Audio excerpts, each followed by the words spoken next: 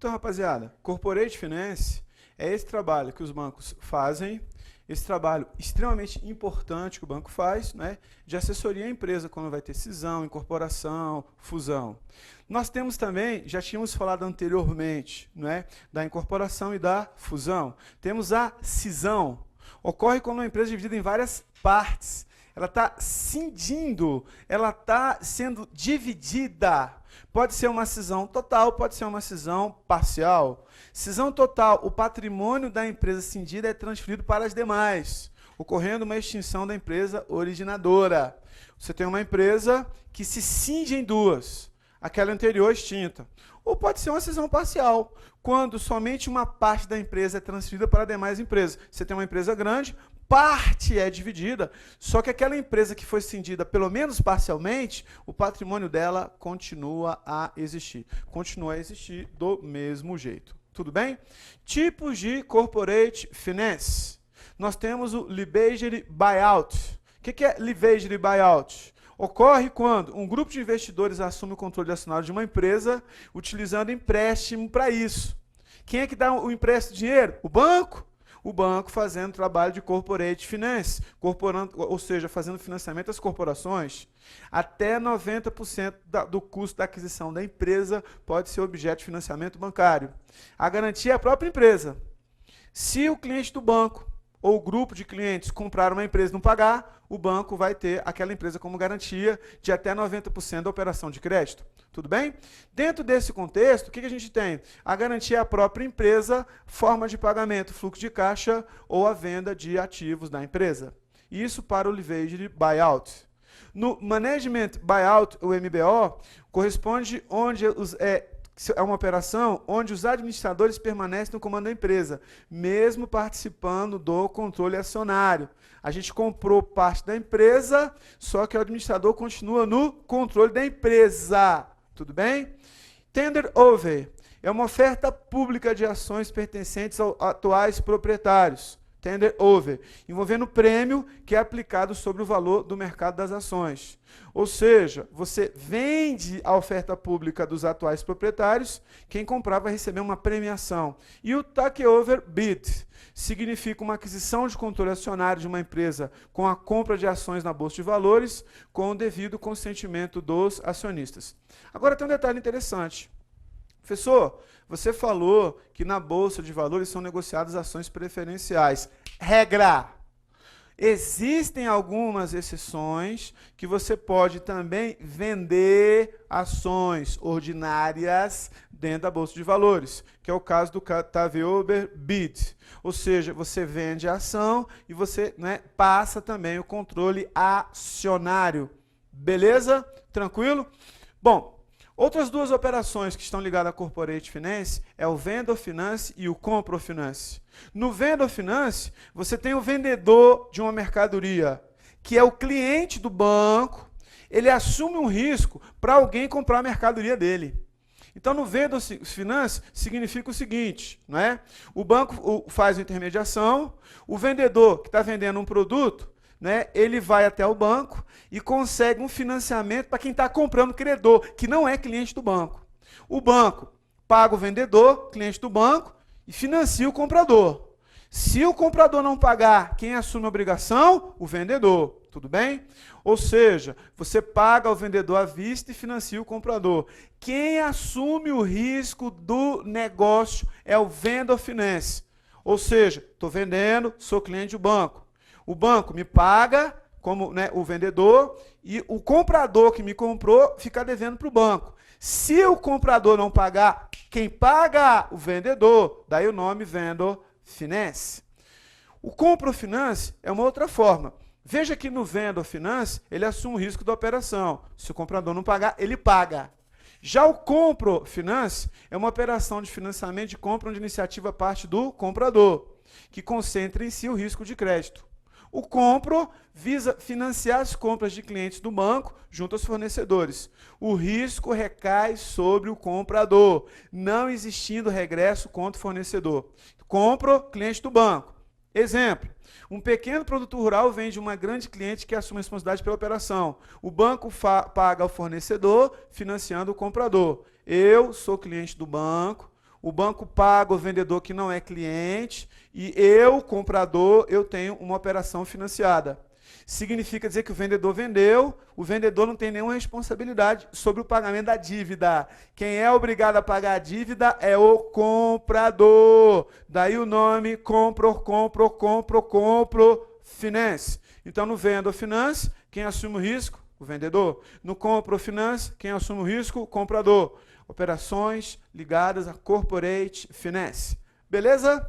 Bom, outra coisa importante que a gente tem que ver aqui no nosso contexto é as contas garantidas, que na realidade é um limite de crédito para pessoa jurídica semelhante ao cheque especial. Não é um cheque especial, é semelhante, com o valor limite que será movimentado pelo cliente através de cheques, desde que não exista saldo suficiente na sua conta corrente normal. Dê um cheque até aquele determinado valor, automaticamente o banco assume um compromisso. É uma espécie de um cheque especial. Ou seja, se não houver saldo disponível, na conta normal, esse valor vai ser transferido para a cobertura do saldo devedor. Importante, os valores que os bancos disponibilizam para a cobertura das contas garantidas ficam sempre à disposição dos clientes e não podem ser aplicados em operações corriqueiras. É um dinheiro que fica lá em stand-by. Se eu precisar e emitir um cheque superior ao meu saldo, o banco vai lá e até aquele valor faz o pagamento do cheque. Uma coisa interessante que os bancos fazem é financiamentos. Financiamento de capital de giro, capital fixo, crédito direto ao consumidor e crédito rural. Né? Um financiamento de capital de giro é um incentivo. É um incentivo a quando um banco oficial do governo, como o Banco do Brasil ou a Caixa Econômica Federal, empresta dinheiro para alguém, para a empresa ter dinheiro para girar, dinheiro para movimentar. Tudo bem? Ou seja, um valor que vai servir para a parte operacional da empresa. Exemplo, para comprar estoque. Prazo desse financiamento de capital de giro, 12 a 24 meses. Pode ser feito em banco comercial, banco múltiplo, na Caixa Econômica Federal ou bancos corporativos. Como o governo hoje está fomentando muitas atividades, a Caixa Econômica Federal e um outro banco múltiplo, como por exemplo o Banco do Brasil, provavelmente vão ter taxas mais atraentes. Já o financiamento de capital fixo é o financiamento de máquinas. Ou seja, uma operação praticada pelos bancos, fomentada pelo BNDES, que é uma empresa pública do governo, que coloca dinheiro do governo para financiar isso aí, mas quem faz a operação é o banco, para adquirir máquinas, instalações, aquisições de equipamentos. Prazo nunca inferior a 48 meses. É um prazo maior que o financiamento de capital de giro, porque financiamento de capital de giro de 12 a 24 meses. Tudo bem?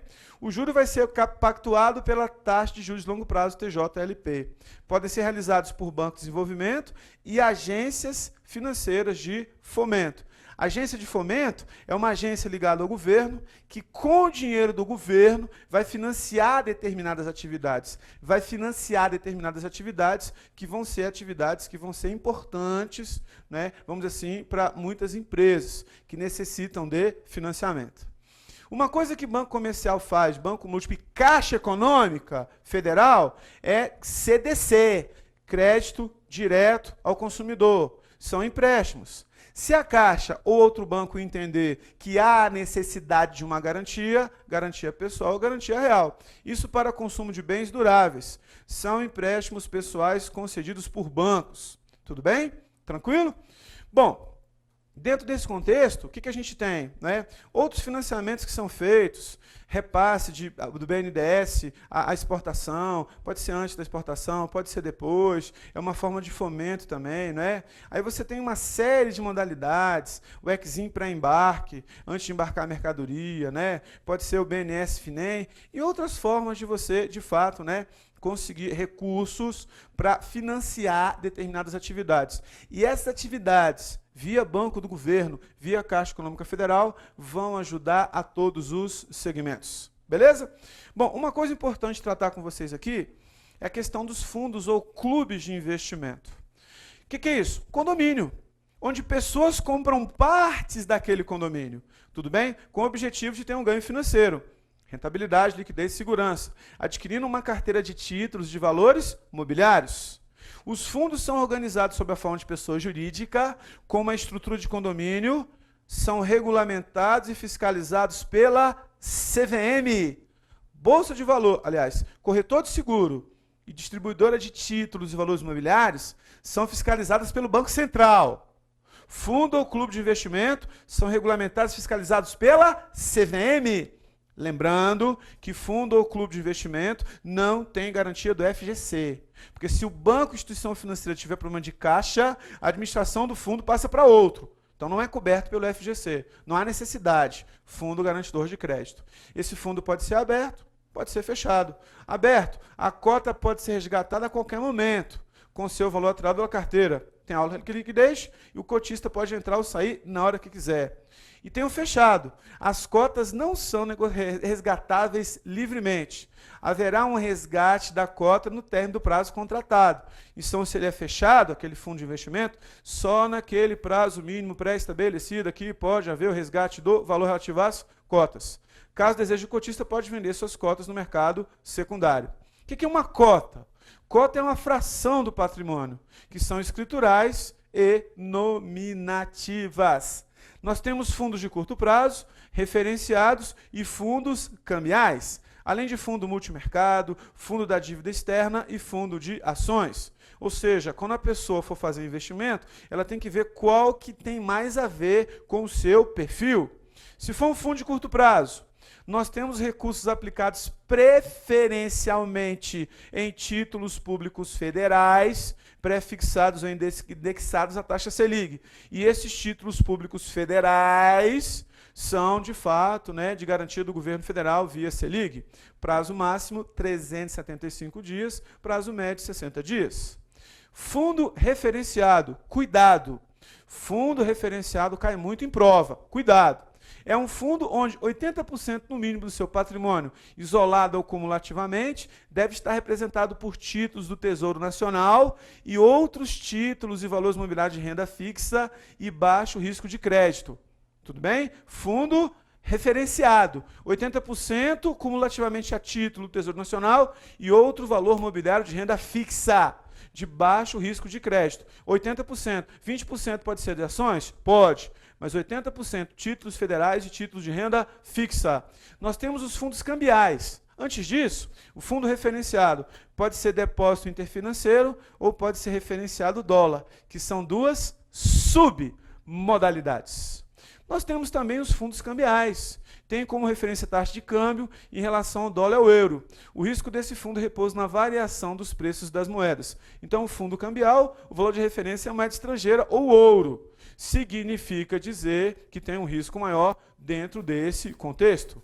Nós temos fundos multimercados. Não está relacionado com nenhum fator especial. Faz parte do seu patrimônio e pode ser destinado a título de renda fixa e parte em título de renda variável, podendo incluir até derivativos, papéis que são negociados, geralmente no mercado à vista ou principalmente no mercado futuro. Fundo de dívida externa. 80% do patrimônio será investido em títulos da dívida externa brasileira e 20% qualquer título que tenha comercialização no mercado internacional. Fundo de dívida externa, 80%, título da dívida externa brasileira. Temos o fundo de ações, no mínimo, 67% do patrimônio deve ser simplificado em ações. No mínimo, 67% desse fundo, desse clube de investimento. O risco está relacionado nas variações dos preços das ações no mercado de capital. 67% deve ser aplicado em ações, significa dizer que é um fundo que tem um risco maior, mais alto risco. O risco muito maior que um fundo referenciado, que 80% é de papel, título, não é ação. Ação tem essa variação de preço. Tudo bem? Os fundos devem elaborar um sistema de informações aos seus clientes. E o cliente deve saber o objetivo do fundo, o risco que cada investidor vai assumir e a política de investimento adotada. Política de investimento, que seria a política adequada. Beleza? Tranquilo? Sem dificuldade? Então veja uma coisa interessante.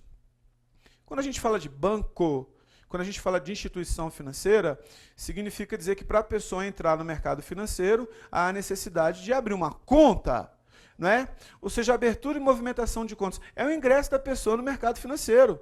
Pode ser física ou jurídica. Corresponde a uma captação custo zero.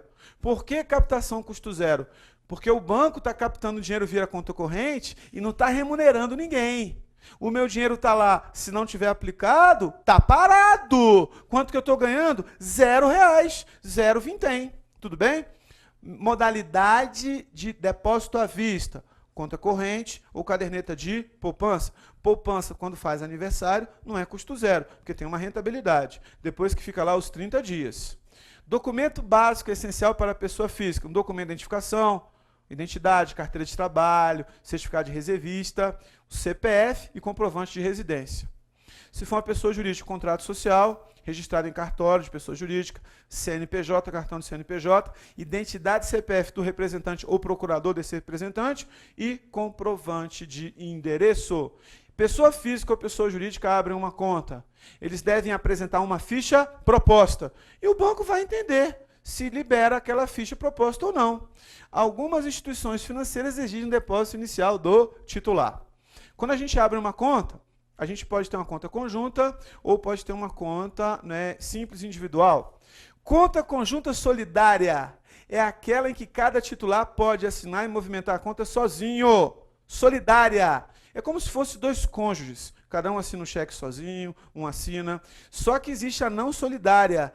Exige a assinatura dos titulares, 2 ou 3, sócios de uma empresa, se for emitir um cheque. O banco só vai pagar o cheque se tiver a assinatura dos 2. Como é que eu movimento a conta? Através de cartão. Cartão de débito, cartão magnético, não é verdade? Através de DOC. DOC hoje é até 4.999,99, chegou a 5.000 obrigatoriamente é TED. Geralmente, no Internet Bank, até 19, 20 horas, dependendo do banco. E nós temos a TED, a partir de R$1.000. Dentro do horário, né, do banco, até 16h30, que o sistema de transferência está aberto. Depois, o sistema de transferência de reservas fica fechado. Então, ou seja, TED, a partir de R$1.000. De R$1.000 em diante, TED. De R$1 até 4.999,99, né, de R$1, você pode ter DOC. Então, de 1.000 a 4.999,99, TED. A partir de 5.000, obrigatoriamente TED. Obrigatoriamente TED. TED cai em alguns minutos. Dependendo da praça, quase que em tempo real. DOC cai na compensação à noite. E só existe o DOC-E hoje. Antigamente tinha um DOC-D, agora só tem um DOC-E. Tanto TED e DOC não são estornáveis. Fiz, autorizei, mandei, fiz na internet, fiz no telefone, fui no banco, não dá para estornar. E como eu falei para você, entre 1.000 e 4.099,99 fica a critério do cliente optar pelo TED ou pela DOC. Dependendo da taxa, o banco cobra pelo serviço, né? Se for mais caro ou mais barato. Claro que o Bacen vai fiscalizar tudo através do STR, Sistema de Transferência de Reservas. Tudo bem? Com autorização do Bacen, os bancos poderão cobrar taxa de manutenção de conta, com exceção de conta salário, que é só para a pessoa receber, tem um cartãozinho lá dela lá de débito, não pode cobrar taxa de movimentação de conta se for conta salário. Serviços gratuitos básicos, fornecimento de cartão de débito, fornecimento de talão de cheque com 10 folhas por mês, pode ter mais, acima disso paga. Até 2 transferências entre contas da mesma instituição financeira por mês, fornecimento de até 2 extratos contendo a movimentação mensal. Isso no terminal eletrônico. No Internet Bank, quantos você quiser, porque no Internet Bank não tem o custo com a impressão do papel. O cliente, quando entra, né, assina uma ficha proposta e começa a fazer parte de uma instituição financeira, ele está sujeito a taxa de manutenção de conta, desde que não seja conta salário. O segundo extrato eletrônico da semana impresso tem que pagar. Extrato de conta por período, talonário adicional, mais 10 folhas por mês. E, se for o caso também, sustação de cheques. Agora, com relação à conta salário, olha que interessante, os bancos são obrigados a abrir conta salário exclusivamente para a pessoa com a seguinte finalidade: salário, receber soldo, provento, vencimento, aposentadoria ou pensão. Professor, o banco é obrigado a abrir uma conta salário? É. Se a pessoa tiver com o nome no Serasa, mesmo assim. A pessoa está com o nome no SPC, mesmo assim. A pessoa está devendo a Deus e o mundo, mesmo assim. O banco é obrigado. A pessoa vai ter um cartãozinho magnético para fazer o saque. Ele não vai ter talão de cheque, não vai ter cartão de crédito, vai ter só um cartãozinho para fazer o saque.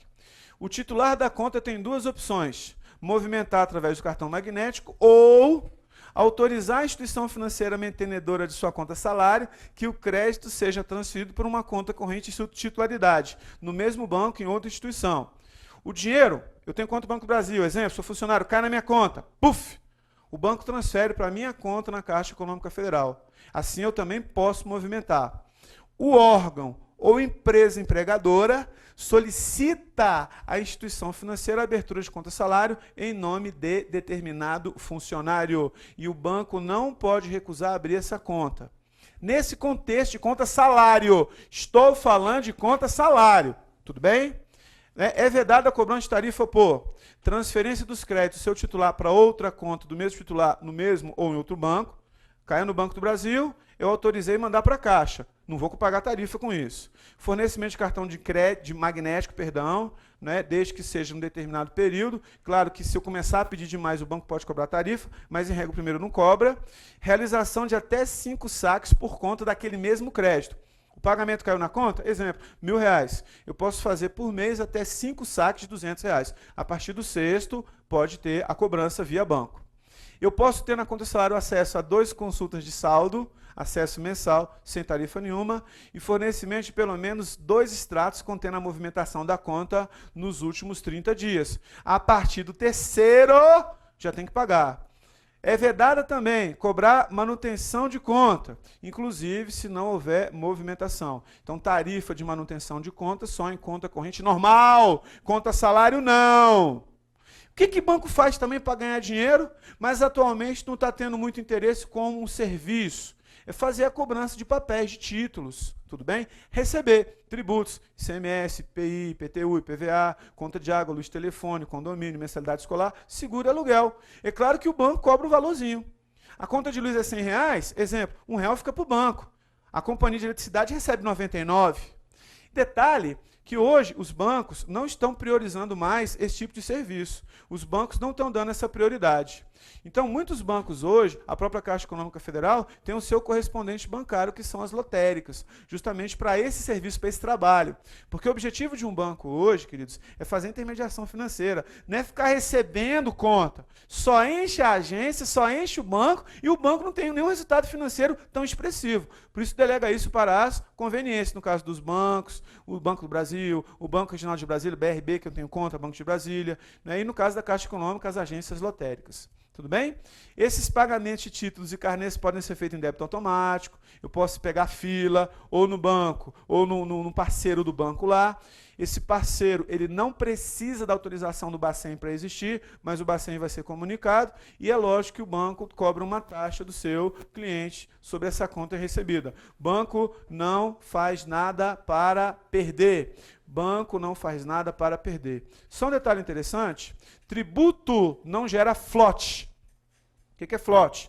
Alguém pagou um título para mim, depois de 2, 3 dias, eu recebo. O banco me transfere o dinheiro. Durante esse tempo, o banco aplica o dinheiro. Se for imposto, tributo, dinheiro de IPTU, IPVA, ICMS, ISS, imposto de renda, não pode fazer flote. Não pode ter nenhum ganho financeiro em cima disso. Tendência é o banco passar esse dinheiro para aquele banco onde tem aquela conta do Estado ou da União mais rapidamente. Então lá não gera flote. Beleza? Bom, o banco também cobra título para mim. O que é um título, né? Eu entro no sistema, coloco um valor a receber, o banco gera um boleto para mim com código de barras. E o banco pode até mandar essa cobrança para casa de alguém. E se esse alguém não pagar, o banco manda para o cartório de protesto. Pode acontecer isso? Pode. Então, o que seria esse serviço, professor, de cobrança de títulos? Geralmente o serviço, quando você tem uma duplicata. Duplicata é um título de crédito que está vinculado a uma compra e venda de mercadoria. Duplicata, alguma coisa que eu vou pagar a prazo entre 2 pessoas jurídicas. É um importante serviço bancário, onde o banco cedente transfere ao banco o direito de cobrar seus créditos perante terceiros, que vai ser o sacado. Tais cobranças são efetuadas via boleto bancário. Então, a duplicata é o título, o boleto é a forma de você pagar, que passaram a ser emitidos também de forma eletrônica. Qual a vantagem da cobrança de títulos? O banco cobra para mim, o meu cliente, né, ele vai lá e paga no banco. O banco vai ter 1 ou 2 dias para movimentar esse dinheiro, que é o flote. Não pode ter flote, tributo, imposto, né, federal, estadual, municipal. O banco vai aumentar a receita e vai consolidar o relacionamento com o cliente, sem falar que dos R$100 que eu vou receber, o banco vai ficar com um pedacinho. Eu não vou receber 100. Exemplo, vou receber 99.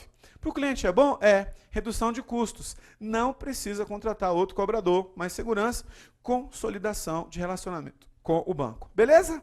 Um outro serviço interessante é a transferência automática de fundos de uma conta para outra, para quem tem uma conta ou mais de uma conta corrente ou poupança no mesmo banco. O cliente informa quais as contas quer manter determinado saldo e a movimentação é automática pelo sistema. Ou seja, há a movimentação do dia em conformidade com o desejo do mesmo. Eu quero deixar na minha conta sempre 10 mil. Entrou um cheque lá, bateu 9, né, bateu 1.000, ficou com 9. Tiro da minha poupança um valor de R$1.000, coloca lá, automaticamente estou com 10. Eu quero ter na minha conta 10 mil, aí tem uma aplicação em CDB, bateu um cheque de 1.000, ficou 9. Eles vão na aplicação em CDB, resgata 1.000 e coloca lá o saldo fica R$10.000. Tudo bem? Bom, dentro desse contexto, né, nós temos serviços como banco virtual, ou seja, o internet banking, home banking. Internet banking, você vai acessar pela internet. Né? Home bank, office bank, de casa ou do trabalho. Nós temos também, né, vamos dizer assim, todas as operações que a gente faz no remote banking. O que é remote banking? É o caixa eletrônico. Saques, depósitos, transferências, pagamento, né, vamos dizer assim, de boleto com código de barras, crédito direto ao consumidor, remote banking. No caixa eletrônico, retira talão de cheque e assim sucessivamente. O banco cobra tarifa e o remote banking está inserido no contexto de banco virtual, que é um conceito novo que o banco está usando nos últimos anos, 10, 15, 20 anos, depois da informatização dos sistemas. Uma outra forma de você movimentar recursos é através de dinheiro de plástico, muito comum hoje os cartões de débito, de crédito, cartão magnético. É segurança para quem vende, segurança para quem paga, porque quando você se pagava basicamente em cheque, tinha muito cheque devolvido, hoje é uma segurança maior. Tudo bem? O cartão magnético, cartão de débito, é muito utilizado para fazer saque, pagamento, CDC. Ele vai ser emitido pelo banco e vai ser entregue ao correntista sempre que for este efetuar uma operação bancária. Ou seja, o correntista tendo uma operação bancária, ele vai ter esse cartão em suas mãos. O cartão de débito está substituindo o cheque hoje, né, o cheque ordem de pagamento à vista, com maior segurança, e isso aí, né, basicamente, né, vamos dizer assim, não vai ter cheque sem fundo se no cartão de débito não tiver, basicamente, né, o valor, vamos dizer assim, né, a receber.